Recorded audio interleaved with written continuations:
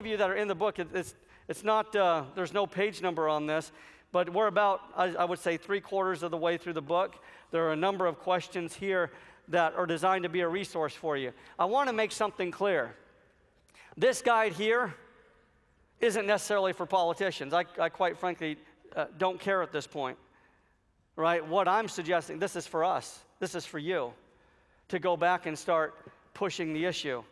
And so this is just a small portion of the many ideas and many questions that I have that I think are very effective for you. I have hundreds more that can be used, but this is to get you thinking. All right, let's talk about this. This is great stuff. Is health care a right? Well, tell me why many congressmen believe that health care is a right. Because they're wrong, yeah. They're wrong. But now follow me here. This is a fantastic question to ask. Can you tell me what a fundamental right is, sir? Let them answer. What is a fundamental right? Life, liberty, pursuit of happiness. But how do you arrive at the conclusion that something is a right versus a privilege? Right? There's your other question. Tell me the difference between a right and a privilege. Okay. So, who's got this? Yes, up here. Hold on, Brian's running. A right is guaranteed, a privilege is granted. Very good, a privilege is granted. Privilege is granted. So for example, you have an individual coming to this country, wants to work. We would grant a visa, right?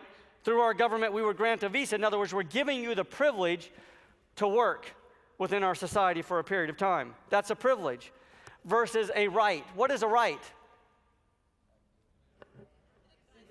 Given or constitutionally given.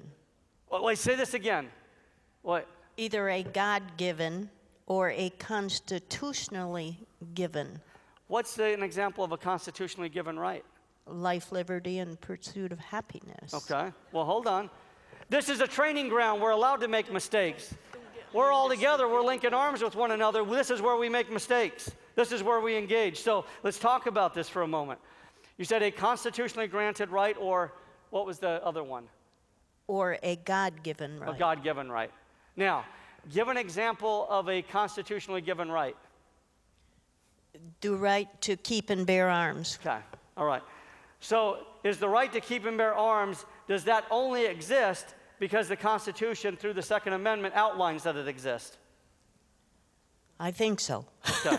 No, it's no problem. You're getting beyond me. You're wrong, but it's no problem. Let's talk about it. Now, this is important because I'm about to show you a clip that's going to blow you away. By the way, could we prepare the clip? I want to play this in just a moment with Tom Harkin talking about health care being an inalienable right. I've used this term since I was a young man, and I can't get rid of it. It's the term constitutional right. There's no such thing as a constitutional right. The Constitution doesn't give you anything. The government doesn't give you anything. The only reason why rights are outlined in the Bill of Rights is to put government on notice as to what our rights are and what they must protect. Right? The Constitution, the Bill of Rights gives you nothing. The only reason why the Second Amendment is there, the right of the people to keep and bear arms shall not be infringed. It's not saying the people shall have the right to keep and bear arms. It says that Congress can't make a law that will infringe on the right to keep and bear arms. Congress shall make no law infringing on the freedom of speech or abridging the freedom of speech. Congress shall make no law abridging the free exercise of religion. By the way, when you talk about this, abridging the freedom of speech, listen, and I want you, as I speak, I want you to tell me, and those people that were with us for the first couple of days, keep your mouth shut. I want you to tell me what you think is the most important word, because this is powerful. It goes right to this point. What is the most important? Congress shall make no law abridging the freedom of speech. What's the most important word? Freedom. Freedom. What else? Freedom. Someone's not keeping their word. I asked them to be quiet. Freedom. I heard freedom. No law. Okay, no law. That was 2. No. Yes. Abridging. Infringing. Okay, or Abridging. what? Abridging. Guess what the most important word is? Here we go. Ready? 1, 2, 3. It's the. The is the most important word in the First Amendment. Why? Because our framers weren't giving something. They were recognizing that the right always existed. The freedom of speech preceded them. The freedom of speech pre-existed government. The freedom of speech always existed. We're not giving you anything, we're preserving it. So when we say Congress shall make no law abridging what? The freedom of speech. That natural right that you have, that unalienable right that you have. The freedom of assembly always existed. The freedom of the press always existed. The right to keep and bear arms always existed. The right to be left alone always existed. The right to pursue your happiness always existed. The question is, did you live within a government scheme that protected those unalienable rights? So the Constitution doesn't give you anything. The government doesn't give you anything. Those natural rights always existed. And so now here we have this question. Tell me the difference between a right and a privilege. Our hope is that they understand this. Because if they don't understand this, how can you protect it and defend it? How can you keep your oath that you will uphold and defend the Constitution if you don't understand the difference between a right and a privilege? Because when you're talking about a right, you have to tread very delicately. A privilege is a different thing here. So now when we talk about rights, the question becomes, is it a vested right or is it an unalienable right? Do they understand the difference? An unalienable right is this: a right that exists simply by virtue of my humanity. I am endowed by my Creator with this right. The moment I was born, I had this right. Freedom of speech, freedom of assembly, freedom of the press, the right to defend myself, the right to pursue happiness, the right to life. That is an unalienable right, granted to me simply by virtue of my humanity. Whereas a vested right is a right that is legally vested in the people in order to protect those unalienable rights. The right to a fair trial. The moment you were born, did you have the right to a fair trial? Or an impartial jury to hear your case? Or the right to have counsel appointed to you? Those aren't natural rights. Those are rights that are put in place through the Fifth and Sixth Amendment to ensure that your unalienable rights are protected. So when the government comes down on you and says, hey, you committed armed robbery. Oh, really? That's the accusation? You're going to try and deprive me of my liberty? Guess what? The Fifth Amendment and Sixth Amendment vest rights in me as a person, and says before you can take away my liberty, I have a right to a fair trial. I have a right to a public trial. I have a right to counsel. I have a right to an impartial jury. Those are vested rights.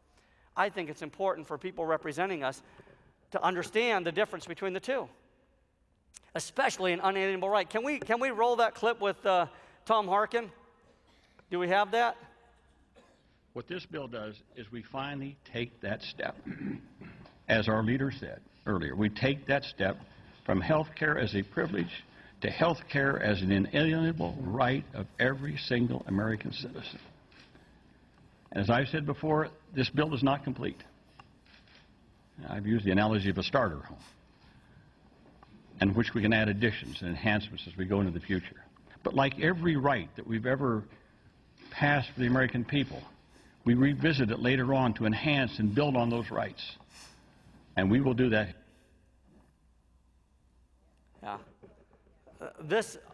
We laugh about it, but that makes me angry. It absolutely makes me angry. See, this guy believes in the divine right of kings. He believes that the government is the end-all, be-all, and we decide what rights you'll have. Like every right that we've ever given to the American people. The government doesn't give us a damn thing. They don't give us anything other than ensuring that our rights are secure. And here he's saying health care is a right. So try that one on for size. Ask somebody, not only, do you believe health care is a right? And if your answer is yes, please tell us how you come to that conclusion using the Constitution as your guide. See, an unalienable right is a right that doesn't require anybody around me to help me exercise it. Healthcare is not a right, first and foremost, for that reason. It requires other people around me to support me. See, freedom of speech doesn't require anybody around me in order to be able to exercise that thing. Freedom of assembly doesn't require anybody around me to be able to do that thing. The right to defend myself doesn't require anybody around me to be able to defend myself. The right to be left alone doesn't require anybody around me to be left alone in my own home. I can exercise that without the assistance of anybody else. See, he doesn't understand that. He says, health care is given, we've given that to the American people, but the problem is, in order to enjoy what he calls a right, it requires all of you to give up something that you may not want to give up, namely your property, in order to allow me to exercise what he's calling a right. It's wrong-headed. See, here's a great way to think about this. When you're talking about rights, remember this. A right versus a privilege. A right, almost every right revolves around the idea of property. Almost every right revolves around the idea of property. I'm telling you this so you can understand this line of questioning that you're going to ask to these politicians even better. Because it'll help you engage them. Because they're going to come back with some silly answer, and I don't want you sitting there just like deers in the headlight. I want you to be able to engage them and tell them why they're wrong if they give you the wrong answer. So nearly every fundamental right, unalienable right, derives from property. What do I mean by this? There's a store owner here. And I go in to a store, and I begin discouraging other companies, telling other customers that your prices stink. Customer service is poor. If you were a homeowner, what would you do? I'm sorry, a property owner, what would you do if I came in and did this? You would try and kick me out, but I would not leave. I would continue to exercise my free speech rights and say, your products stink, and you guys need to go somewhere else. Go to the other shoe store down the way. Horrible product here. What would you do? What would you do to me? You would pick me up and remove me. And if you did that, I would call the police on you. And I would say, arrest that guy. Why should you arrest him? Because he violated my fundamental right of free speech, which the First Amendment of the Constitution preserves. And what would that member of the executive branch do? Would he arrest me? Has that store owner violated my First Amendment right of free speech? No. Because free speech revolves around the idea of property. That is not my property. If I'm a taxpayer out in the community, I have a fundamental right to speak. If I'm in my own home, I have the fundamental right to speak. If I'm on your property, no such thing exists if I want to shut you down. It's the same thing with the right to eat. I love to eat. You have a fundamental right to eat. So what I'm going to do with this fundamental right to eat is tonight we're going to go somewhere. I don't know. We're going to go someplace to eat, and I'm just going to tell them, hey, thanks for the food, and I'm going to walk out, and they're going to say, wait a second, got to pay for it. I said, no, I learned today in this Constitution course that I have a fundamental right to eat. So I guess it's on the house. Of course it's not. I have the fundamental right to eat, but I have the fundamental right to eat if it's my own property that I've worked for by the sweat of my own brow to secure. It's somebody else's food. I need to pay for it. If I want to do that on my own property, grow my own crops, that's a different story. See, our fundamental rights derive from property. And if our representatives don't understand this, we've got a problem. We absolutely have a problem. Can we go to the next slide? So so we saw Tom Harkin. We recognize why he doesn't get it. First and foremost, the government doesn't give us anything. They don't give us rights. Can we go to the next slide? We've talked a little bit about public safety versus individual liberty. We've talked about why that's important to understand the distinctions. Where does your candidate stand? Asking that very simple question. It's the reason why I do it on the first day of all of my college classes. I want to understand where my students are coming from. In my seminars, I'm very interactive and I talk a lot with my audience. Why? There's a very specific reason why I do this. Number one, I want to dig in to your assumptions. I want you to express your assumptions. I want to hear what you're saying. I want to hear what you're feeling, your heart and your mind. So now I have a better way. I understand at what level I need to engage you. If we learn how to ask the right questions to candidates, it now gives us a better entry point into the discussion. So I'm asking these fundamental questions in order to get to more sophisticated questions we're going to talk about here in a moment. Next slide. All right. So here we go. We've talked about some great questions. What's the purpose of government? What's the purpose of the Constitution? Tell us the difference between an unalienable right versus a vested right. Tell us the difference between a right and a privilege. And the list goes on. So now, I ask them, do we live in a democracy or a republic? Who says here we live in a republic? Who says we live in a democracy? Nobody raises their hand. Yet, many of our representatives believe we live in a democracy. You listen to the newscasters, the talking heads, and they continue to talk about we live in a democracy and we need to push democracy throughout the world. So, you ask your candidate, do we live in a democracy or a republic? Someone tell me why you think we live in a republic over a democracy and why. Yes. Hold on here. Our government is limited by our Constitution to certain areas, and just because the people as a mob decide that they want to do a certain thing doesn't mean the government can do it. Well, wait a second. I thought we believed in the idea of the will of the people. The will of the people, the majority come together, we vote on an idea, and we push the idea forward. You're telling me that's not what we're doing here? No, it's not, because our Constitution limits the powers of the government, so a majority cannot overrun a minority group. So what things can we vote on? Are you saying that the people can't vote on anything? What is a republic? When you talk about a republic, what is a republic? Thank you very much. Right back here. Yes, we got a microphone coming. Right in the back row. Well, Benjamin Franklin said that we have a republic. When a woman asked, what have you done? We've given you a republic if you can keep it, but we have a representative republic. We elect our representatives, and then, so we don't have mob rule of people just saying, well, I want this. We only get what our elected representatives vote for. Okay. So we understand it's representative government. We vote for individuals to represent us. Actually, the original idea is that the majority were only permitted to vote in one of the three branches of government. That was primarily the House of Representatives. The Senate was appointed by the states, President by way of the Electoral College, and then judicial branch by way of appointments through the executive branch.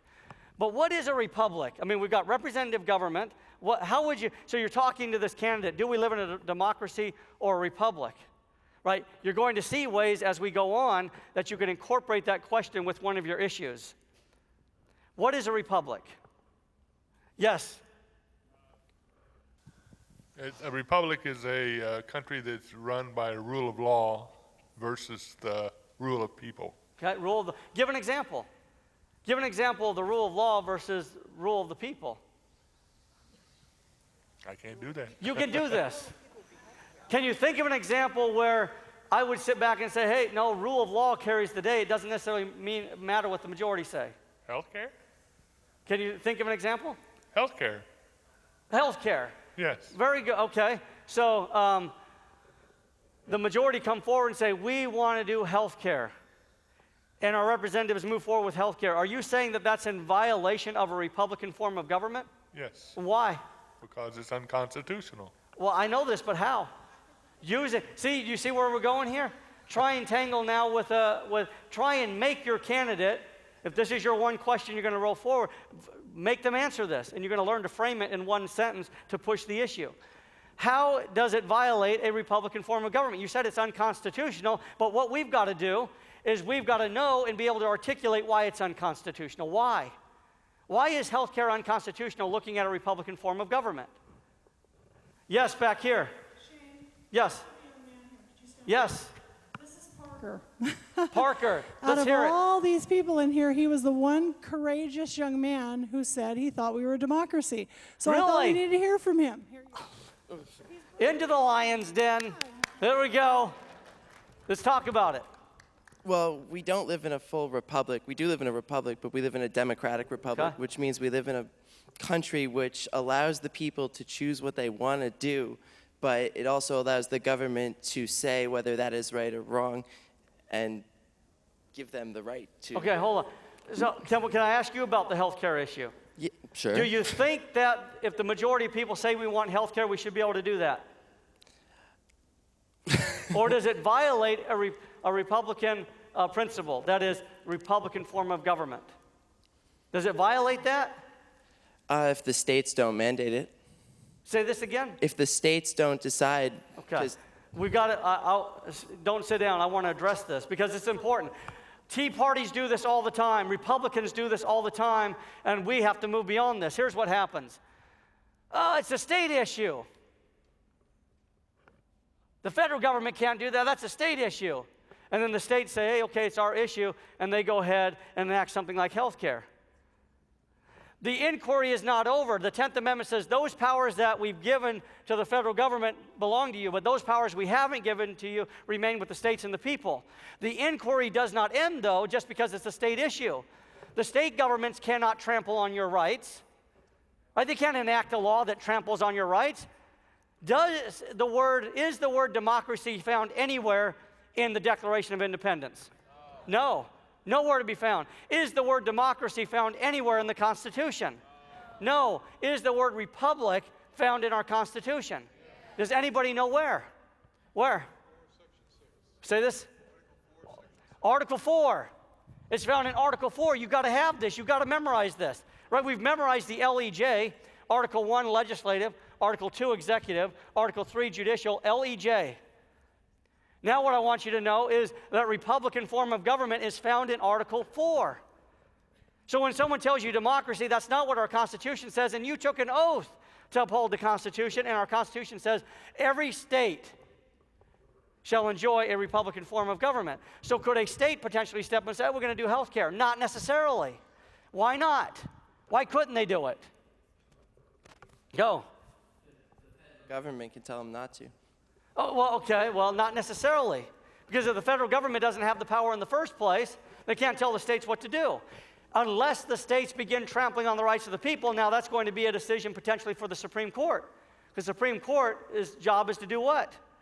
To ensure that no branch of government tramples on the rights of the people. Yeah, that's what the U.S. Supreme Court used to do. From the 1880s to the 1930s, guess what the U.S. Supreme Court used to do? They used to strike down legislation like they were blocking field goals. But from 1937 to 1995, guess how many acts of Congress they knocked down? 0. From 1937 to 1995, the U.S. Supreme Court struck down 0.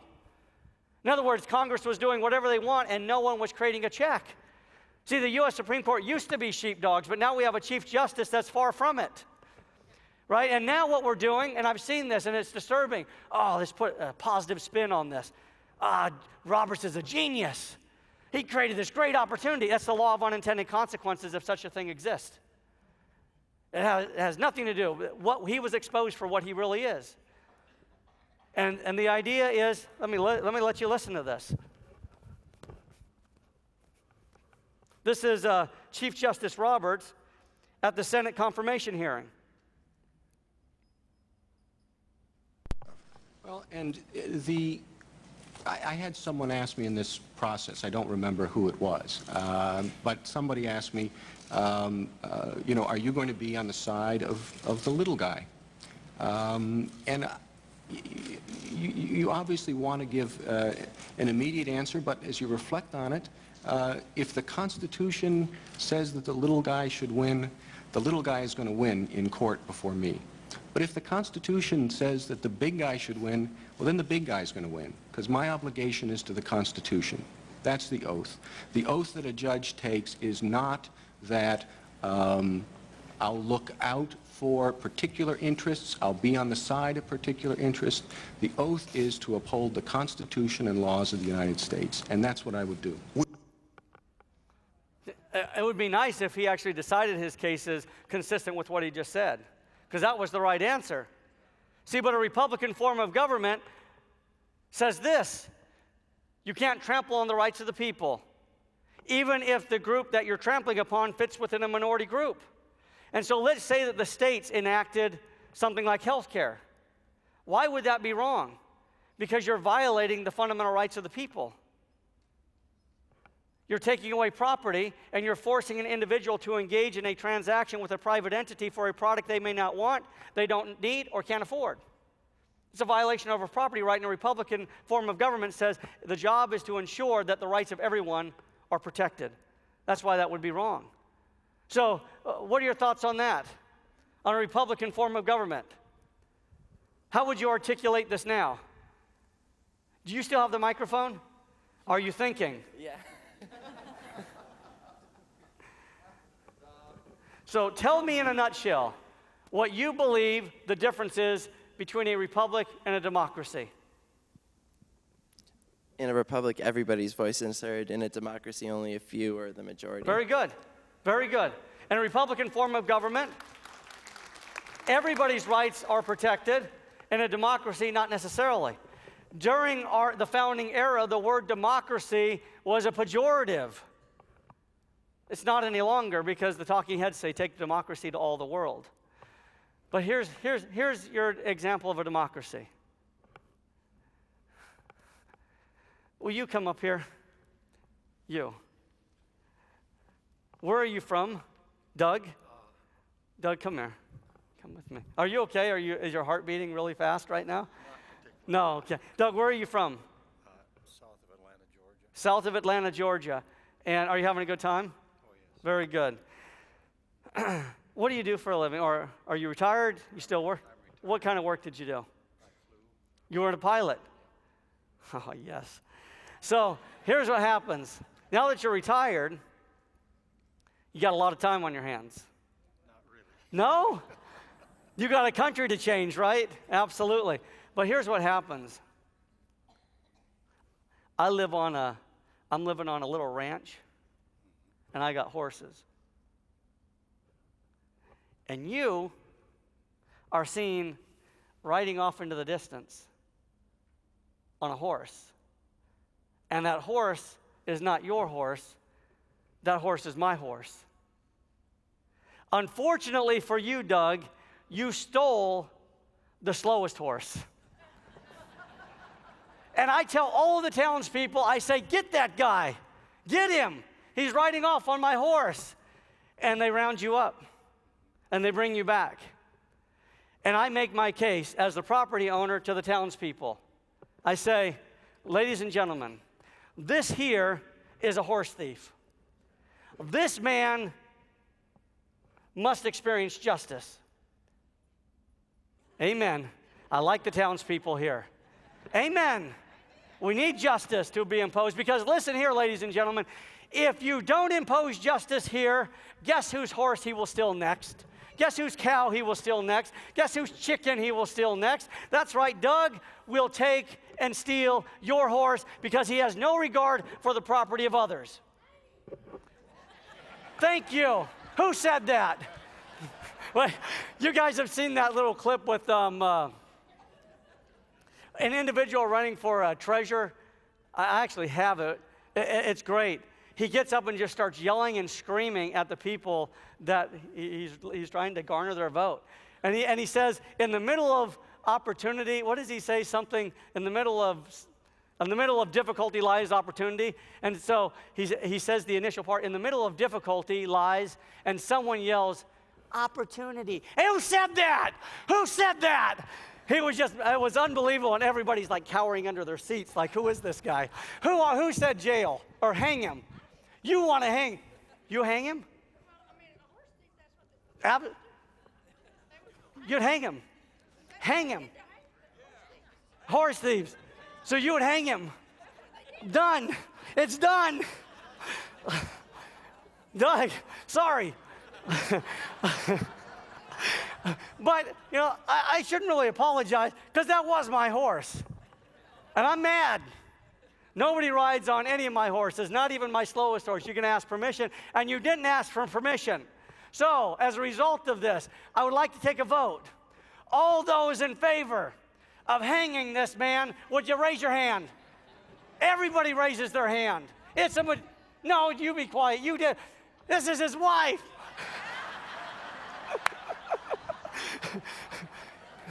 No vote for her. What do you mean? There is no due process here. We're hanging this man. See, here's what happened. See, what just happened here? It's exactly right. This is mob rule. This is a democracy in action. This is a majority saying we don't like this person. Here's what I'm hoping you do as we talk about this. There are groups out there you don't like and you probably disagree with. White supremacist group, KKK. Westboro Baptist group. Where is it that you stand on their ability to speak? See, because I've had people come to my seminars and say, we got to shut down Occupy Wall Street. Really, you don't believe in a Republican form of government, and you don't believe the First Amendment means what it says. You don't believe in natural liberty. Why? Because you have a group here that you disagree with, and you'll do anything to shut them down. See, what they don't understand is that if we all agreed, there would be no need for a First Amendment. The reason why the First Amendment is there is to allow for dissension and argument, discussion. See, we've got to get back to and decide what do we believe as a people. And maybe sometimes people are going to do things we disagree with. But that's the essence of a republic and upholding a republic. See, so here's what happens here. See, Doug rides off on my horse again. And, of course, we round him up. And we bring him back. And I ask you for your vote again. And I say, all those in favor of hanging this man, raise your hand. And you all raise your hand. But somebody shows up here. There we go. That's right. That's right. Right? The sheriff shows up. See, the member of the executive branch shows up. Right? See, the executive branch, see, the president, your governor, he's a member of the executive branch. Your police officer is a member of the executive branch. And guess what their job is? To secure the rights of the people. And he may not like Doug. He may say, yeah, we've had a lot of problems with him. But guess what? You can't hang this man. You can't hang this man because he has rights. He has the right to a fair trial. He has a right to a public trial. He has a right to a speedy trial. He has a right to hear the allegations you're making against him. He has a right to confront witnesses by way of cross-examination to test their credibility. He has a right to compel his own witnesses to come in and testify on his behalf as to any defense that he wishes to raise. He has a right to counsel, someone to advise him as to an appropriate defense or attack on the evidence. He has a right to sit there and remain silent and not have that silence be used against him. And he also has a right to an impartial jury. And you buckaroos don't look very impartial to me. You're not sitting on this jury. See, this is the essence of a republic. If we had people in government that understood that this is what it was about, we would probably see them doing things differently than what they're doing. But they don't understand this idea of a republic because they get up and they tell you, hey, the majority want it. And if the majority want it, so should it be. As opposed to saying, you know, wouldn't it be fantastic to have a representative come in front of you and say, you know what, I'm going to be taking an oath if you choose to elect me to uphold and defend the Constitution. And I will honor that oath. I will honor the idea that we live in a Republican form of government, which, ladies and gentlemen, let me be brutally honest with you, that may mean that I do things that majority of people don't necessarily like. It means that I will stand up for the rights of everyone, including individuals that stand within a minority group. It means that I may reject proposed legislation. Why? Because that proposed piece of legislation imposes and infringes on the fundamental rights and liberties of a minority group of people. See, I will abide by my. Wouldn't it be awesome if you had people that were running for office that had the courage to get up and tell you that? But they won't tell you that because in our society, we believe we live in a democracy. So it's about what the majority say. You've got to go back and really emphasize this idea of a republic because we're losing it. It's special. And as Ben Franklin said, it's a republic if we can keep it. Thank you so much, Doug. Yes, yes. Margaret. Are you running in your high heels? I am. I'm bringing Ben Franklin's shirt out to that Doug right there. Thanks, Margaret. Hi. Go ahead. I was born in Venezuela, and in the 1950s, it was a repeat of what's going on now. And my mom wanted to leave that country, and she came here legally. It took her around 10 years, and by herself, and with 6 kids, and we all went to college without one single food stamp. And she qualified, and she said no. She said these kids did not ask to be born. And she had us all go to school. Now, what happens when you lose, because they constantly are warning Americans, don't lose this republic, and I feel very passionate about this. What happens is that they take the few, they start forming mobs. Yeah. And it appears to be the majority, but it's really mobs. And when they start rioting and shooting, which I experienced, and screaming throughout the streets, then the majority thinks that's the majority, but it isn't. That's right. Just like in Egypt, we thought, oh, it was the majority that was out in the streets. No, it wasn't. Yeah. But we get so impressed and scared with the mob, and we fall into believing that the mob, not the people, the mob wants this, and therefore maybe I should go along.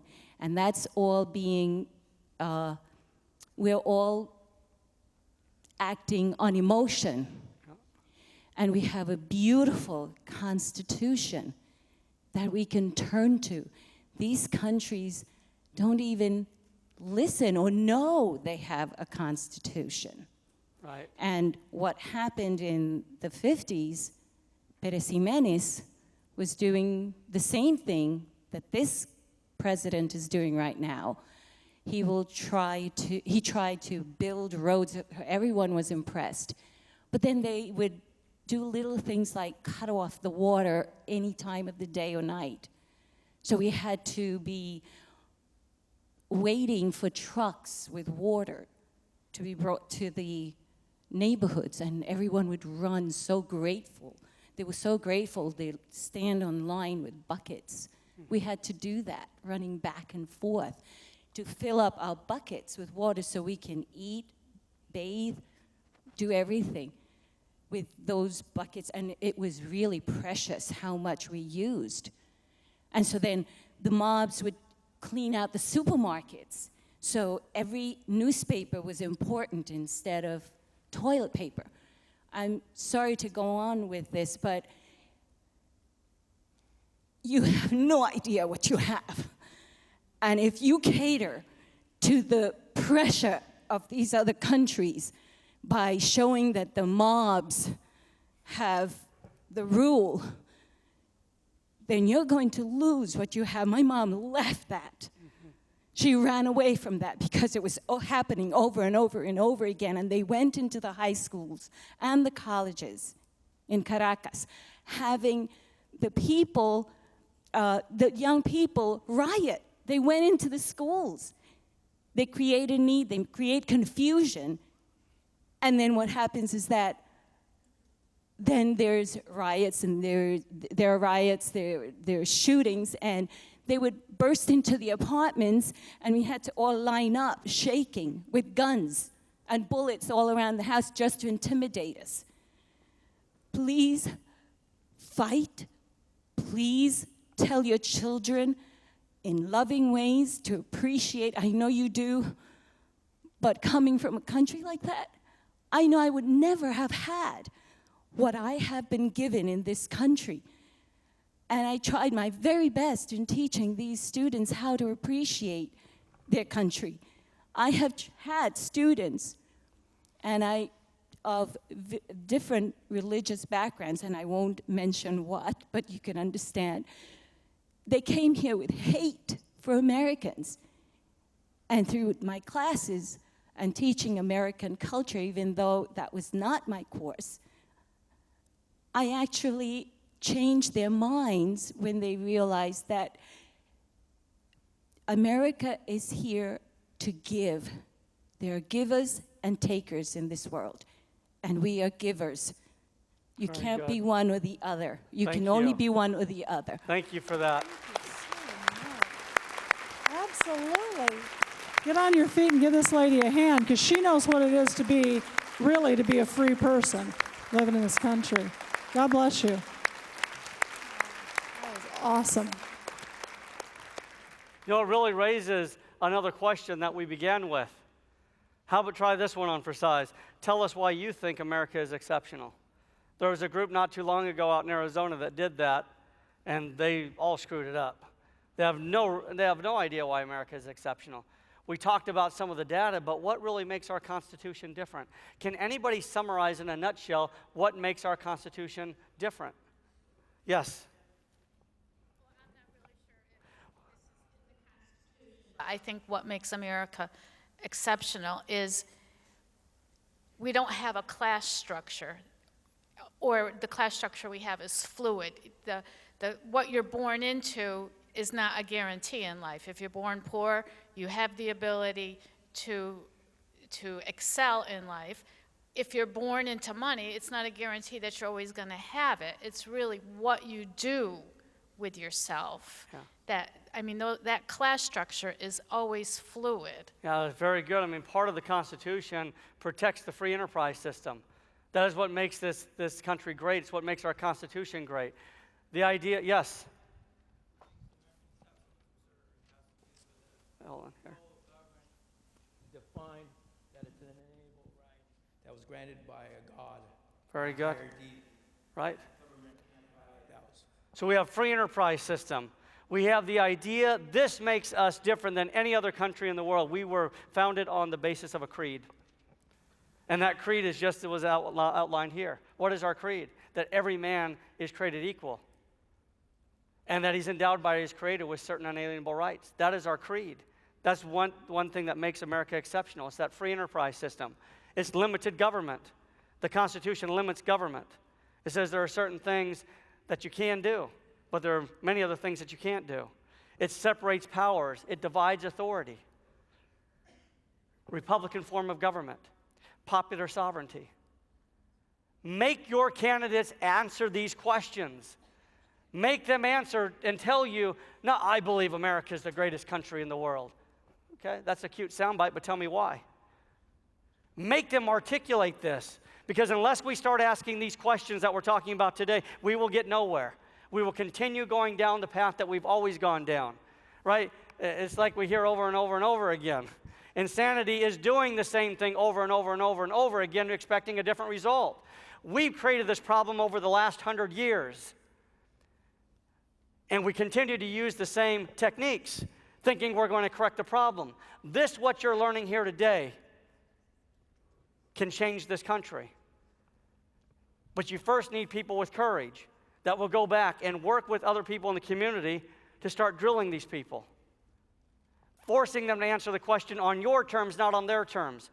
Forcing them to come and answer the questions not knowing what they're going to be asked, as opposed to being given a list. That's so silly that we would even think that we would do such a thing. It's silly that we would agree to do such a thing. If we do such a thing, I can guarantee you there's probably an ulterior motive. The ulterior motive, we want a great turnout, or number two, I want that candidate, and I'm calling the shots here. So if it's my candidate, I'm going to give them a list of questions. How bad do you want to change this country? If you're going to be a leader in this movement, be a leader. And a leader means placing everybody on an even playing field, not evil. Even playing field. Yes. You know, I've kind of got excited coming here and listening to you, but I feel like I need more help. So when I leave here, how do I continue my education with you so that I can do that? Well, thank you for that, number one. There are a number of things that can be done, and Margaret's going to address those things. I've already told you, the Academy, we are going to put together events that will sell out arenas like this. That is the plan in the future, in the very near future. Listen, this is what I hope you take away from this as we're talking about taming the beast of Washington. See, Americans believe that this is a game of checkers. I strike, and I wait for the opposition to strike. The conservatives strike, and then I wait for the liberals to strike back. See, that's the game of checkers. To change this country, you have to stop playing checkers. What we're talking about is engaging in a complex game of jujitsu. You have to understand that there are multifaceted attacks that must take place in order to take this country back. This is one. But what else is there? It's exploiting media, TV, radio, letters to the editor. It's getting on your Facebook and stop telling people where you went to dinner that night and start putting things of substance. It's recognizing that you have a voice and your voice matters. What will you do? It's getting out on Facebook. It's getting out on Craigslist and posting an ad. Every event I'm going to post it out there. Maybe just one person, but what will happen to that one person that comes? Right, is recognizing that there's a profound effect that can happen to just one person. Right, it's using blogs. It's putting together a website. It's putting together your own neighborhood meetings and having a Constitution night inside your own home. Having a Constitution night and inviting your neighborhood. It's going around like my kids are doing, trying to get every single individual in our neighborhood to post an American flag in their front yard. See, what I'm getting at is this is the solution that we're talking about today, but it's only a part of the solution. It's a multifaceted attack that we've got to use. We've got so many people here with talent that if you took all the talent here and put that talent to action, we would change this country in a very few short years. See, but here's what's going to happen. I hope I'm wrong, but I've done this long enough to know that there are many of you that will go back, and you'll get back into your way of life. And you'll forget about this. You'll say, man, that was awesome what we learned about. But to change this country is going to take effort like you've never engaged in before. When we say pledging your life, your fortune, and your sacred honor, what I'm telling you is that is literally what must happen. I told this story to the group that was here on Monday, Tuesday, Wednesday, and I feel, in light of your question, to share it again. And we will answer that question because we will work with you. I'm putting together videos and audio of my many seminars. That is the hope. We'll see when that happens. But my radio streams live anywhere in the world, libertystormradio.com. Anywhere in the world you can listen to it. It's calling in, and it's libertystormradio.com is my website, and I'm on 960 AM in Phoenix. 5 o'clock Arizona time. It's in the program. But here, follow this. This is what you must do. This is important. But the question is, will you take this back to your community and implement it? And by the way, we've got a number of other things I'm going to hit on. We've just hit the little surface. Like I said, this is an 8-hour seminar I've given you at the tip of the iceberg. But there was a young man who wanted to learn how to be rich. He wanted to learn how to create wealth, so he went to an individual that was wealthy. And the man said, be at the beach tomorrow morning at 4 o'clock. I'll teach you how to be wealthy. At least we'll talk. The young man arrives, and he's in his suit. He should have worn those swim trunks, but he arrived on the beach with his suit. And the guru says, come with me. And he pulls him out into the ocean. And he's about waist deep, and this young man's thinking, man, I didn't want to learn to be a lifeguard. I didn't want to learn to swim. I told him I wanted to learn how to be wealthy. And this man continues to pull him out till he's about up to his neck. And at this point, he's thinking, this man might make a lot of money, but he's crazy. He's crazy. And at that point, he takes him and he shoves him underneath the water. And this young man is scrapping. He's waving his arms. He's trying to break loose. At this point in time, what did he want more than anything else?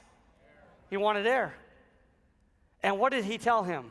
He says, when you want to be wealthy and learn how to be wealthy, as bad as you wanted to breathe at that moment, you come back and talk to me. But until that time, I'm not interested in talking to you.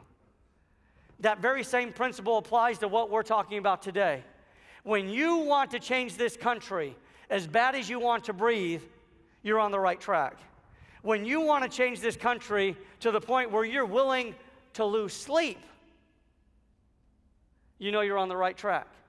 Because you recognize as a sheepdog that there may be a moment in time where you are expected to rise up, but by sleeping I may miss that moment. Now, I'm not saying to the degree of being unhealthy, but recognizing that you're so involved in this movement that sleeping is secondary to you. Or how about eating? I have to tell you about this group that met with us on Monday, Tuesday, Wednesday. It was unbelievable, and I've experienced this multiple times. We were preparing to go to lunch, and this group, honest to goodness, said they did not, there was over 200 folks said they did not want to go to lunch. They wanted to go through lunch. Well, we had caterers there like, hey, we got all this food. They said, if we have to eat, can we get our food and bring it back to the seat? We don't have time. We got a country to change. And this happened to me just recently in Colorado. I'd given them an assignment. They were going to do mock congressional hearings. And I said, come back after lunch. And there were 3 groups that stayed at tables. And I walked out to get lunch. I said, you guys going to grab lunch? They said, we don't have time. And they stayed there. And they worked. And they didn't eat. That's what I'm talking about. That you want to change this country so bad. And you recognize that you have the right tools, that you literally forget to sleep. You forget to eat because they become secondary. To change this country, you're literally going to have to pledge everything. Your life, your fortune, and your sacred honor. Yes?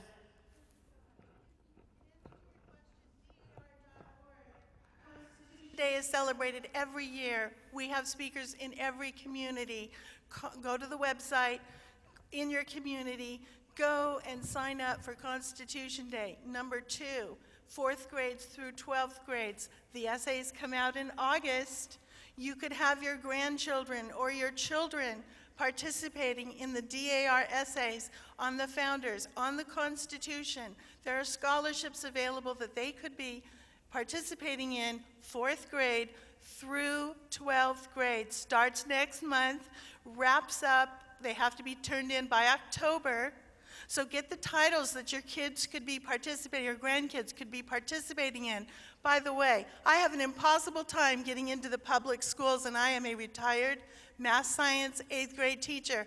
The progressives do not want our essays in the public schools. They do not want anything on the Constitution or the founders. I get laughed at when the 4th grade essay is on Paul Revere. To them, he is an obsolete figure in history. This is what you're up against, but please go to your website, dar.org, in your city or your community. Find out where the nearest Daughters of the American Revolution chapter is, and all your grandkids are welcome to participate, to be earning scholarships. There's over $100,000 in scholarships that go by every year. Many are not given out because kids aren't participating. They don't know about all these scholarships. Thank you very much. Thank you so much. Very good. It's a multifaceted approach. Listen, the American Academy for Constitutional Education is getting into the public schools. We're in the public schools. When we started this almost 3 years ago, we had people saying you'll never get into the public schools. Really? You're going to tell me no? There's a few things I don't do. There's a few things the Academy doesn't do. No, lose, can't, or number 2. No, lose, can't, or number 2. We don't do those things. So you're going to tell me I'm not getting in the public schools? You're going to tell my manager, Margaret, the Academy's not going to the public schools? You're fooling yourself. We're in the public schools. And there's all these other groups out in Arizona and other states that we went to saying we can't get in the public schools. And I'll tell you, a part of this was illustrated why we're not doing it. I was in North Phoenix once doing a seminar once. And a lady got up and says, we can't get, you're telling about how you're getting in the public schools, we can't get in there. Those darn liberal progressives won't allow us in. I said, you just answered the question why you can't get in the schools. Listen to the way you talk. You don't bring credibility to the table. You think that the liberal progressives are going to allow you into the schools by calling them liberal progressives? You've got to bring credibility to the table. And so often we bring an agenda to the table. And we've got schools screaming for us to come in, saying, we will fill an auditorium. Will you come into our school? See, it's the art of being able to argue the Constitution and principles of freedom and win every time. And the way you do that is by arguing with logic, credibility, and passion. And you do that, and the administration wants you to come in. Because, oh, this guy, he says God has been left out of the schools. And this guy, he says he's going to bring God back into the schools. You think if I went with that agenda to a school board that they'd let me come in? No. Really, these kids will figure it out for themselves. I don't need to go in there and say, you know, America, we have a great Constitution and it's inspired by God. I let those kids come to the conclusion themselves. They conclude that themselves after I'm through with them. They recognize that it simply couldn't have come from a couple of men writing some things down on a piece of paper. We engage them. We make them debate with one another. And what I really feel needs to happen in this country can happen. But you just give them the general framework. And then you know what the next thing that will happen? These kids will literally chase you down the halls. This has happened numerous times. Chasing us down the hall saying, Mr. Krauser, 2 hours ago I knew nothing about the Constitution. But all I know is that right now, right here, I want to spend my life defending this document you've just talked about. This is what I'm suggesting can happen. It's a multifaceted approach. See, 3 years ago, no one was getting into the public schools. Now, we have our superintendent of schools for the state of Arizona turning things on its head because you have enough people going to him and say, we can do this. Let us help you create the curriculum, and let us help you do it with credibility. Let us help you do it so that when we go into the school boards with you, we can make it happen. Because we don't have an agenda other than freedom and the Constitution and having our young people understand what type of government they live under and what we've all ultimately bargained for. Can we go back to the PowerPoint? Because we don't have a lot of time left, and I got a lot of information yet to cover. The next one was the election of judges, asking our candidates this question. At the federal level, all the way down to the local level. Sir, there is this movement going on with respect to the election of judges. Can you tell us what your position is? And if your position is that you believe in the election of judges, can you tell us how that meshes with your idea of a Republican form of government? You just gave them a whole mouthful. Can you tell us where you stand on the position of electing judges? And if your position is yes, I agree with the election of judges, can you tell us how that squares with your understanding of a republic? That's a fantastic question, because you've made them articulate not only their understanding of the Constitution, you've made them articulate their understanding of a Republican form of government. Because, ladies and gentlemen, the bottom line is we have a movement going on in this country because we're so desperate that we believe judges should be elected. They should not. There's a reason why our founding fathers put in place a constitution that allowed the people to have a direct connection with the executive and the legislative, but no connection with the judicial. No accountability to the judicial. There's a reason for this. It's called a Republican form of government, and it's called avoiding tyranny of the majority. See, the only way that you can have a Republican form of government is if you have at least one anti-democratic branch of government. If you allow every branch of government to be voted in by the people, guess what you have? You have the tyranny of the majority, which will ultimately rise. And so we think it's real cool. We get these candidates up in front of us. Well, it's all about we the people. The preamble says we the people. I believe in this idea of popular sovereignty. The power begins with you. And what I think should happen is we need to start holding these people accountable. We need to start electing these judges. And everybody stands up, standing ovations, clapping, uncontrollable applause. See, these are people that don't understand what it means to live in a republic. They don't get it. See, because here's what happens. We don't understand what we're bargaining for.